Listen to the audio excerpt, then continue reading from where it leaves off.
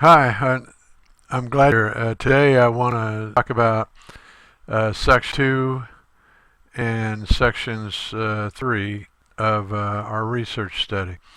So if you think in the last segment, the first section, I talked about statement of the problem. So today I'm going to talk about the largest section, which is the literature review, and then a shorter section, but important, is the purpose of the study.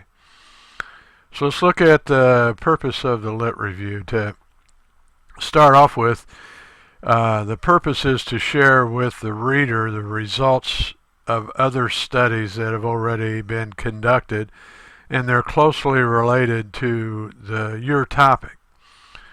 And they relate your topic, a study, or to the larger ongoing dialogue in the literature. So it's a connection between what you're proposing and what already exists in the scholarly literature. And because of that, it's important where you get your sources. It also provides a framework for establishing the importance of your study, as well as a benchmark for comparing the results of your study with the other findings, which are both things that you would do in research. All right, so what's in it for you? How do you benefit from the lit review? Well, number one, it increases your confidence that in the topic that you selected, that it's relevant. And it can also provide you with new ideas related to your topic, because you'll be reading related research. And it provides a connection between you and other researchers who are interested in the same topic. And very important, maybe the most important, is it will show you how other researchers handled methodology and design issues, so they could even serve as a model for your own methodology. All right, in general, how do you go about doing this? Well, number one, I would recommend take a sheet of paper and write your problem statement at the top. And then next, what are the sub-problems? In other words, are there categories or themes that come under your problem statement that you're going to write about? And then step 3, list what keywords and phrases that you might use in searching for your topics, and then write them down under your headings, what the possible keywords are that you're going to use. Once you've done that, you're now ready to go to the library and start searching the UOP online collection databases. Probably the most useful databases to actually find articles related to your topic, I would recommend EBSCOhost and ProQuest, which are both available under General Resources, and then Google Scholar, which you can get by clicking on List Sources from A to Z. Mental Measurements Yearbook, also you can access it by clicking on List Sources from A to Z. And what's important about it is, if you're going to do a correlational study, where you're looking at the relationship between variables, say, for example, what's the relationship between leadership style, emotional intelligence, and team performance? Well, you can go into the Mental Measurements Yearbook and do a keyword search, and it will show you standardized tests that are available that you could use for your research. And it'll give you all the information you need on them.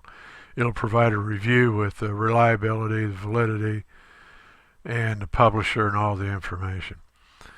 SAGE is one of the newer databases in the library, and what's really good about it is on methodology. So if you need to review your selected method or provide a source, that's a really good database for that. Tips, just general tips in doing your lit review. Take good notes. In other words, you have an article, you know what themes now that you're probably going to write about as you review your sources, so make sure you take enough notes that'll jog your memory as to what theme was in that article. In other words, what was important about that article that made you write it down. Keep a detailed record of things that you might need. For example, if you think there's a quote that you might use, write down the page number, because you'll need to put that page number in the citation, and then also collect the DOI of the article or the name of the database so that you can do the references. I would recommend, be honest with you, I'd recommend do your bibliography or your reference section as you go, and then that way you make sure you have all the information. For this paper, you're going to review the literature and try to find probably 6 to 10 of the most relevant sources that support your topic, and they're going to serve as the foundational sources for your research proposal. So if you think in this assignment you need 10 sources, most of your sources are going to be right here in the lit review, and this is probably going to be the longest section of your paper. Now the next section, section 3, let's talk about it for a second. It's called the purpose of the study. It's not going to be a long section. It's going to be short. But it's important. It's going to be the purpose statement. It details why the study is needed. So it gives the reader a good idea of why is this important? Why are you doing it? And it's probably only a couple of sentences, the actual purpose statement. If you're planning a quantitative example, most people will, since that's what most of the text focuses on. You're going to seek to examine or analyze a relationship. In other words, that's correlation. What's the relationship between two or more variables? Or you're going to test a theory. And we will have covered how to test a theory before week 8. And you need to identify what are the variables. In other words, what are the independent and dependent variables. And they should be clearly defined in both the purpose and the problem statements. In a qualitative example, you're going to seek to explain, explore, call attention to a problem, determine why a phenomenon exists. In other words, phenomenological. It seems to me the majority of qualitative studies are either case studies that they're descriptive, explanatory, or exploratory, or they're phenomenological. All right, the parts of the purpose section. The parts of the purpose section, let's see if I can adjust this slightly here. There you go, the other way. Here we go. Single sentence that captures the essence of the study. And then you're going to identify your research methodology. That's important to the reader. They want to know what you're doing. I know I've read some of these papers and can't figure out whether it's qualitative or quantitative until I get to the end. Some I never did get the answer. Identify the problem to be examined. Identifies the audience to which the problem is significant, and identifies the setting. So these are the key parts that you're going to do. Now here's an example from Creswell that pulls all these parts together. And they're lettered here so you can track along. The purpose of this quantitative descriptive research study is to determine the degree to which emotional intelligence and the affective domain of learning affects the retention of online learners and the online learning environment. An understanding of this relationship could help teachers and administrators enhance their praxis to improve student retention.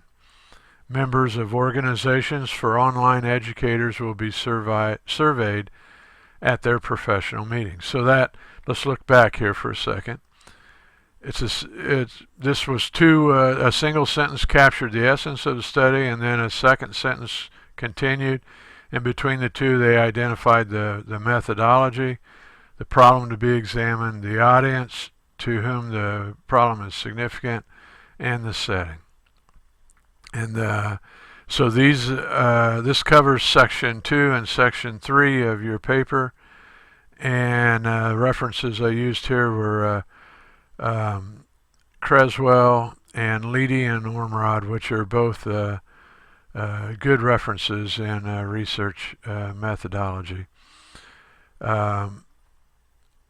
And so this you now have sections 1, 2, and 3 covered, and the next presentation I'll begin to cover the remainder, and hypotheses we'll also cover in class. Thank you.